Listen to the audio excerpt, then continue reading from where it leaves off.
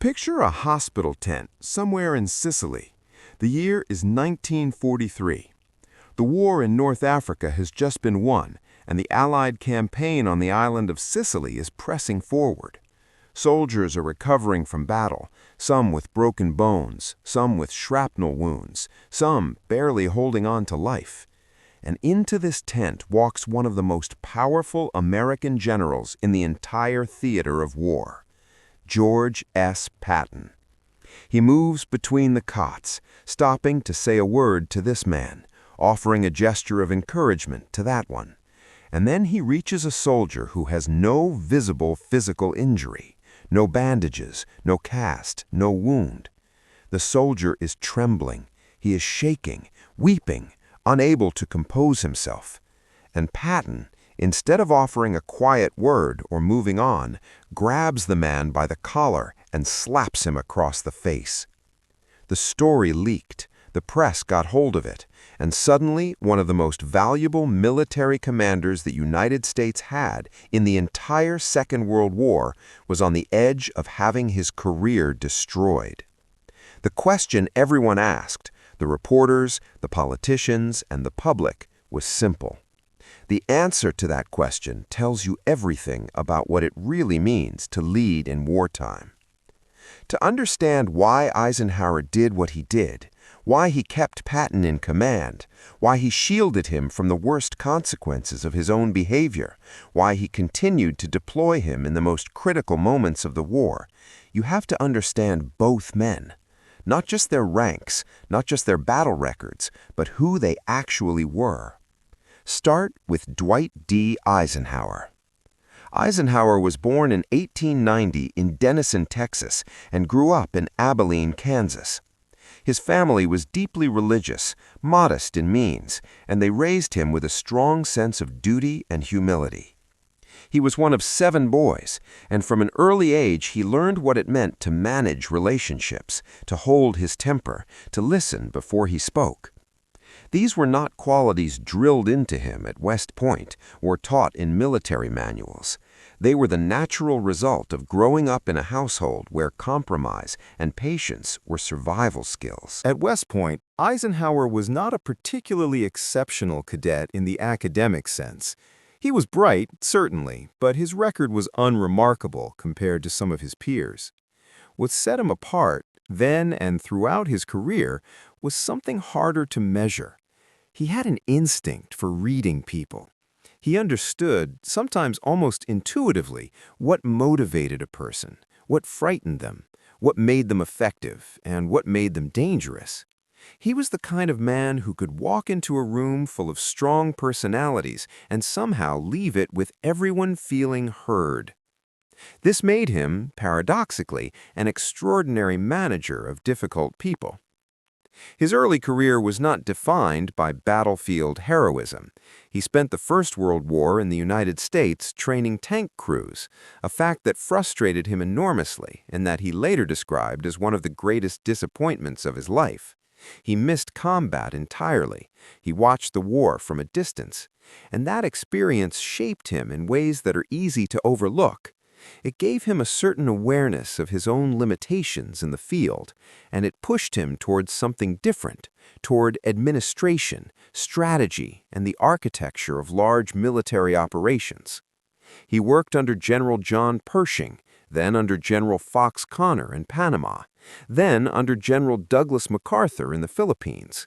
Each assignment was a lesson in how commanders think, how organizations function under pressure, and how personalities at the top can shape everything below them. By the time the Second World War began, Eisenhower had spent decades as a staff officer, a planner, an organizer, and a man who understood not just tactics, but the enormous logistical and human machinery that makes tactics possible. When he was appointed Supreme Commander of Allied forces in Europe in December of 1943, he was not a man who had personally led troops into battle or won dramatic engagements under fire. What he had was something arguably more important for the role he was about to play. He understood how to hold together an alliance of competing nations, competing egos, and competing ambitions, and point them all in the same direction. Now set that portrait beside George Smith Patton. Patton was born in 1885 in San Marino, California, into a family with a deep and romantic connection to military history. His grandfather had been a Confederate colonel killed during the Civil War. Other ancestors had served in the American Revolution. The military was not simply a career choice for Patton, it was almost a genetic inheritance, an identity he stepped into as naturally as breathing. He grew up reading about the great commanders of history, Caesar, Napoleon, Frederick the Great, and he did not admire them from a scholarly distance, he wanted to be them. He was also, from early on, a man wrestling with deep contradictions. He was dyslexic at a time when the condition was not understood or even named, which made his early academic years torturous. He struggled to read, struggled to keep up with written material, and had to work ferociously hard just to keep pace with students for whom these things came easily. That early experience of having to fight for things that others got for free left a mark. It gave him a certain ruthlessness, a refusal to accept limitation, a fury that he eventually learned to channel into everything he did. At West Point, he compensated by sheer force of will. He repeated his plebe year after failing mathematics, then came back and finished strongly. He was an extraordinary athlete who competed in the modern pentathlon at the 1912 Olympics in Stockholm, finishing 5th overall. He was one of the Army's most respected experts on horses, on swordsmanship, on the physical and tactical dimensions of combat. And then came the First World War, and it changed him profoundly. Patton commanded American tank units in France, where he was wounded in the thigh during the Meuse-Argonne offensive. His experience in that war convinced him of several things. First, that tanks' mobile, fast, armored firepower was the future of warfare. Second, that the future of battle belonged to the commander who understood momentum, who knew how to keep the enemy off balance, who refused to stop and wait when stopping and waiting let the enemy recover. And third, that he himself was destined for greatness. This was not a modest man's conclusion. And yet, for all of his brilliance, Patton was also a walking collection of liabilities. He was impulsive, he was verbally explosive. He had a gift for saying things in public that could make headlines for all the wrong reasons. He carried ivory-handled pistols on his hips with the calm confidence of a man who had decided that if he was going to be the character people thought he was, he might as well dress the part. He was magnetic and maddening, inspiring and infuriating. And Eisenhower had known him in one capacity or another for decades. Eisenhower and Patton first became close during the years between the two world wars.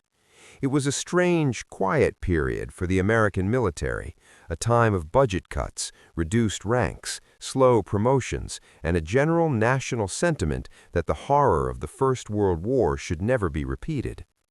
For officers of ambition and talent, these years could be profoundly demoralizing.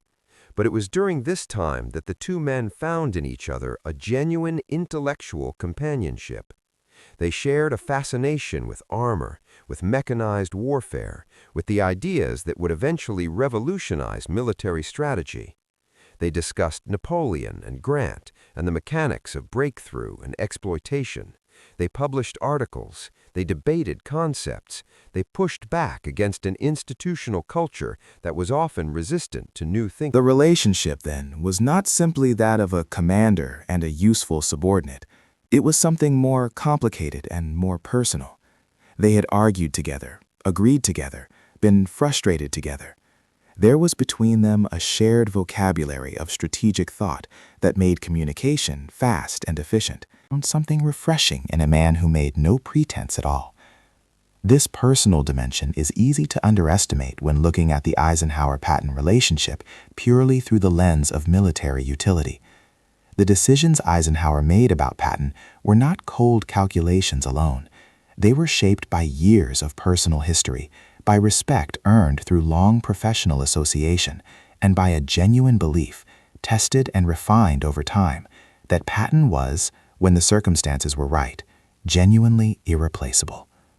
The war gave both men their first real test in February of 1943 in the deserts of Tunisia. American forces had entered North Africa in November 1942 as part of Operation Torch.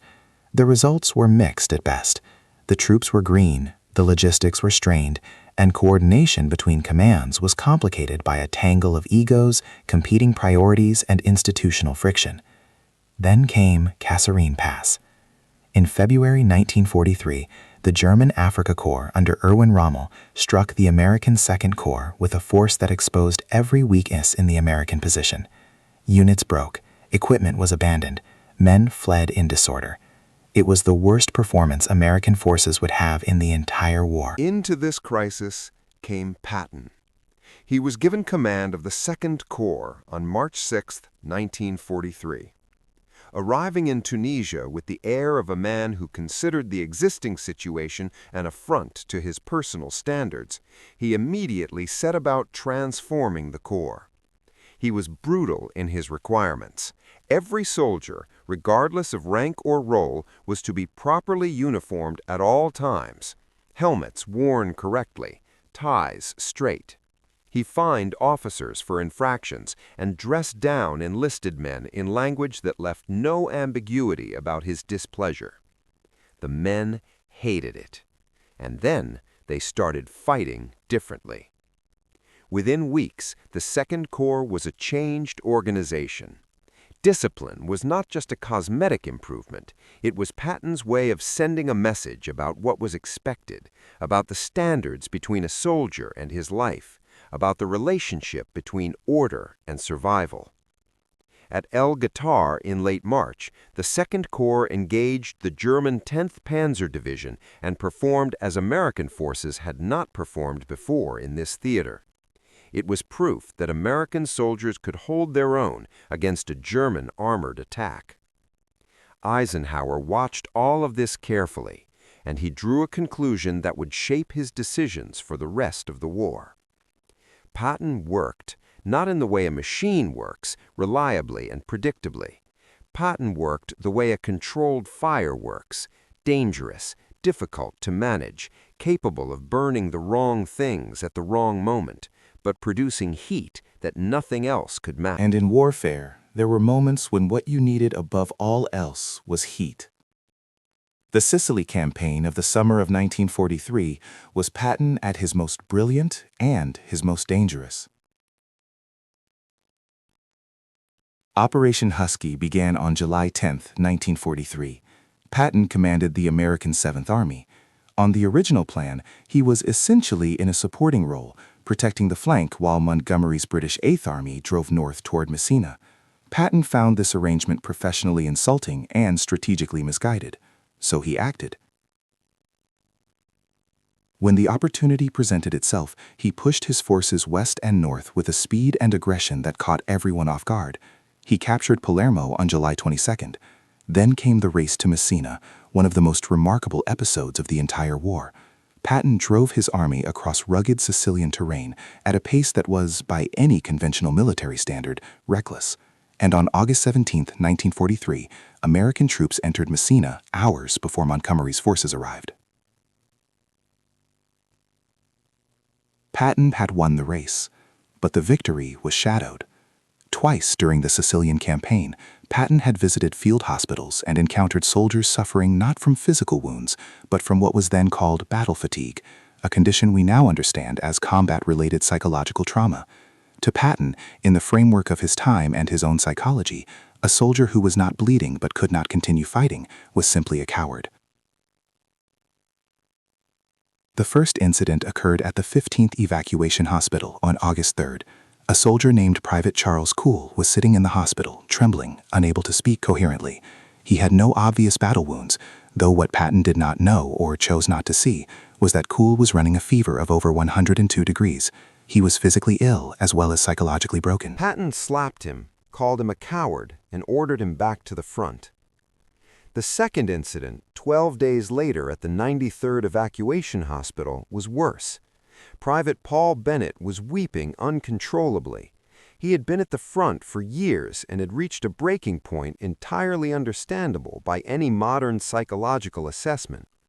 He was also suffering from malaria, a real, diagnosable physical illness that had left him feverish and depleted on top of whatever the battle had done to his mind.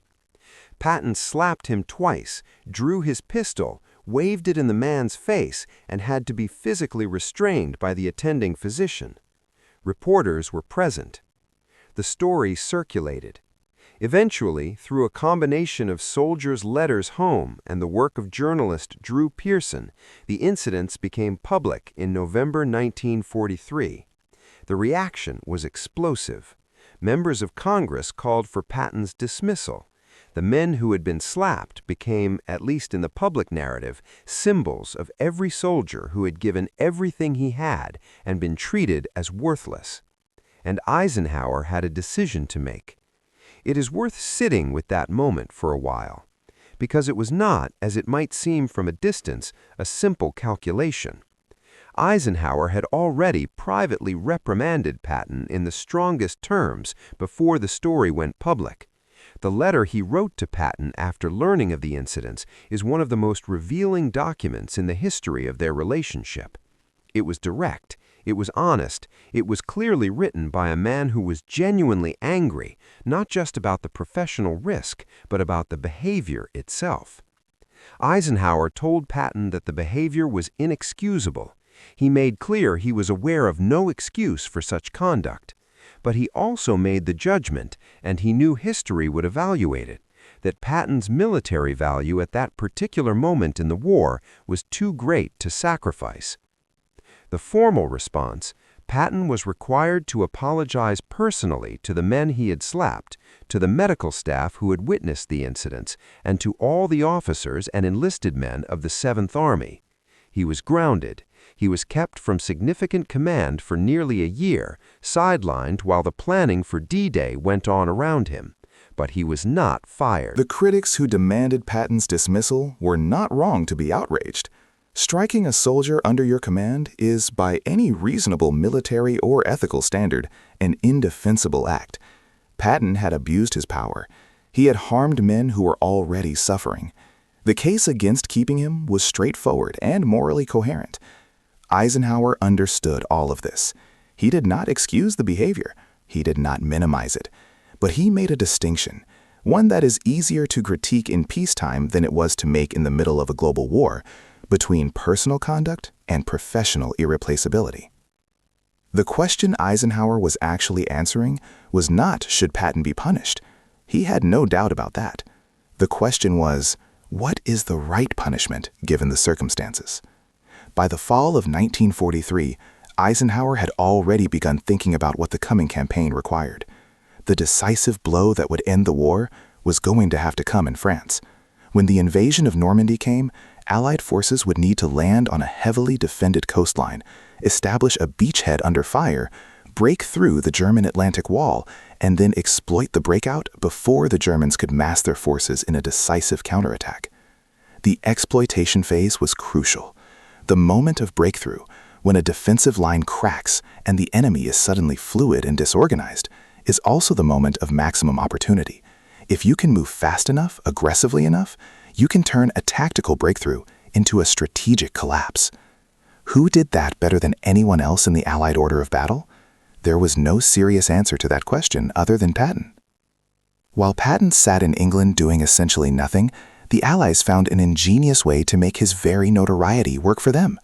The Germans, who had enormous professional respect for Patton, were fed intelligence suggesting that he commanded a massive force in southeastern England, poised to lead the main Allied thrust toward Pas-de-Calais. The fictional 1st United States Army Group was built around Patton as its nominal commander. The deception worked so well that even after the Normandy landings on June 6, 1944, significant German forces were held back from the beachhead for weeks, waiting for the real invasion Patton was supposedly going to lead. Think about that for a moment.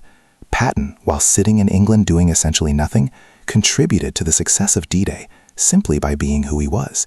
His reputation was itself a strategic asset. This was not something that could have been done with any other American general.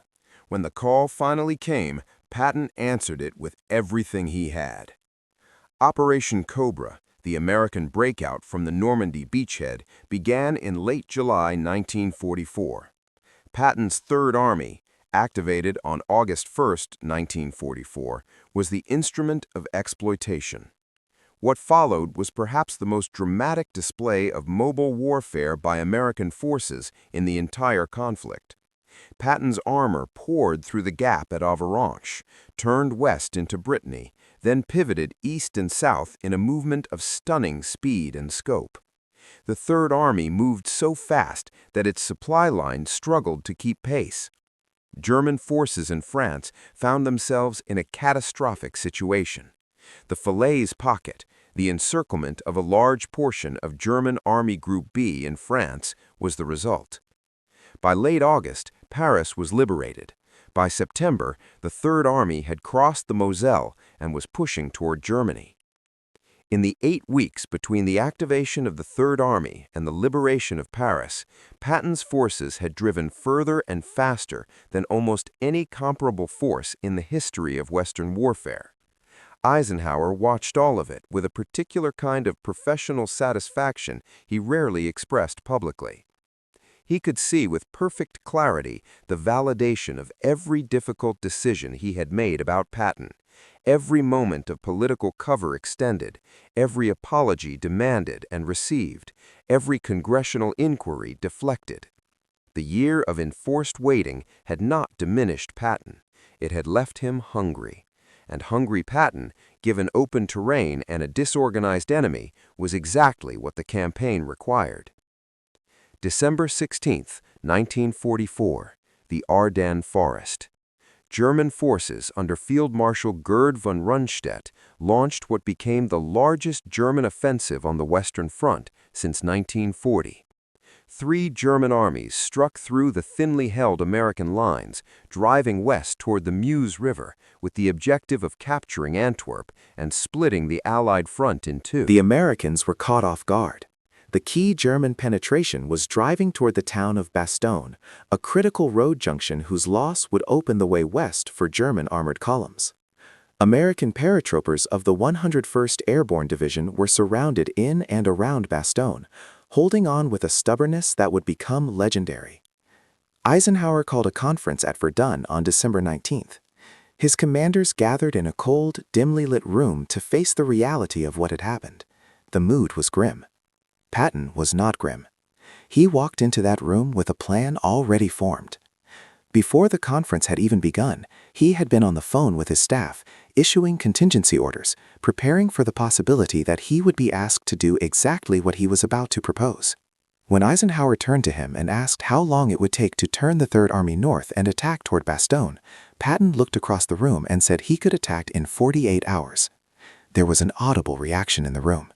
Turning a full army, with all its supply lines, artillery, and coordination, 90 degrees and driving it into a battle at full force was the kind of operation that would normally take weeks of careful preparation. 48 hours was, by conventional military thinking, impossible. But Patton had actually already begun the preliminary work before the meeting. He had directed his staff to prepare 3 different operational plans, covering 3 possible directions he might be ordered to move. When the order came, he was not starting from scratch. On December 22nd, Third Army began its attack north toward Bastogne.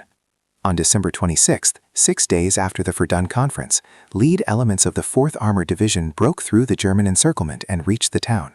The men of the 101st Airborne had held. The relief column had arrived. This moment, the relief of Bastogne, is arguably Patton's finest hour. Not a moment of unrestrained offensive dash in favorable terrain, which was his natural element. A disciplined, rapid, logistically complex pivot in terrible winter conditions against a determined enemy, executed at a speed none of the other Allied commanders present at Verdun had thought possible. Eisenhower, who had watched the attack with the controlled anxiety of a man who had put his chips on a very specific outcome, was characteristically measured in his public response. But those close to him in this period reported that the relief of Bastogne confirmed something he had never quite doubted, but had been glad to see proven again in the most dramatic possible circumstances. Patton, at his best, could do things no one else could do. Patton's gift for controversy did not quiet as the war entered its final phase. If anything, he became more careless, not less. In September 1945, Patton gave a press conference at his headquarters in Bavaria. Asked about the denazification program, the Allied effort to remove former Nazi Party members from positions in the German civil administration, Patton was characteristically unguarded. He suggested that former party members were often simply men who had joined because membership was professionally expected. He compared the whole matter to a fight between Republicans and Democrats back home. He suggested the Nazi Party was just another political organization. That specific comparison, made publicly on the record in occupied Germany just months after the liberation of the concentration camps, was not a nuance or a poor choice of words. It was a statement so grotesquely misjudged that even people who admired Patton could not defend it. The reaction was immediate and severe. Eisenhower removed Patton from command of the Third Army. He offered him the command of the 15th Army, then engaged in writing the official history of the war, a posting that was, in practical terms, a demotion to honorable irrelevance. Patton accepted it grimly and without illusions about what it meant. This final act tells you something important about how Eisenhower's tolerance worked. It was not infinite, it was not unconditional. The line, when it finally came, was drawn where behavior created damage that could not be contained. The slapping incidents had been defensible because they could be framed as the excess of a warrior's personality, confronted and addressed through punishment and apology, but publicly undermining the moral framework of Allied occupation policy, suggesting that Nazi Party membership was not a meaningful distinction in post-war Germany, was something Eisenhower could not manage away. It was too visible, too significant, too deeply connected to the political and moral meaning of the war itself.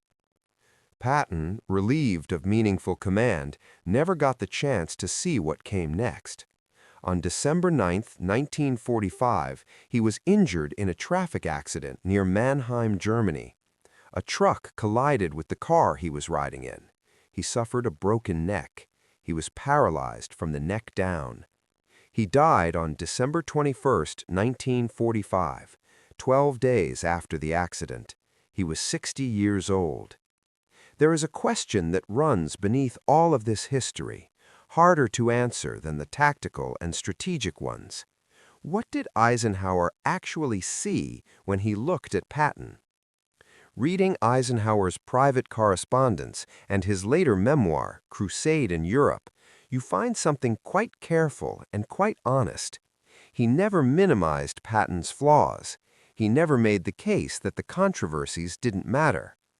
What he described, in various formulations across different contexts, was something like this. Patton was a man whose battlefield genius was real and whose personal conduct was genuinely problematic, and the two facts existed simultaneously, without the first erasing the second, or the second eliminating the first. This is actually a sophisticated position, and it required a certain maturity to hold it.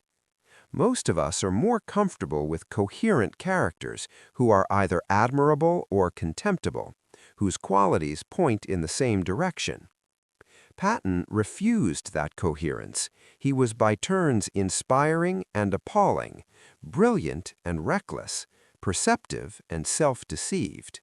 Eisenhower's great contribution to their relationship was that he didn't try to categorize him. He accepted the complexity and worked with it, managed the consequences of it.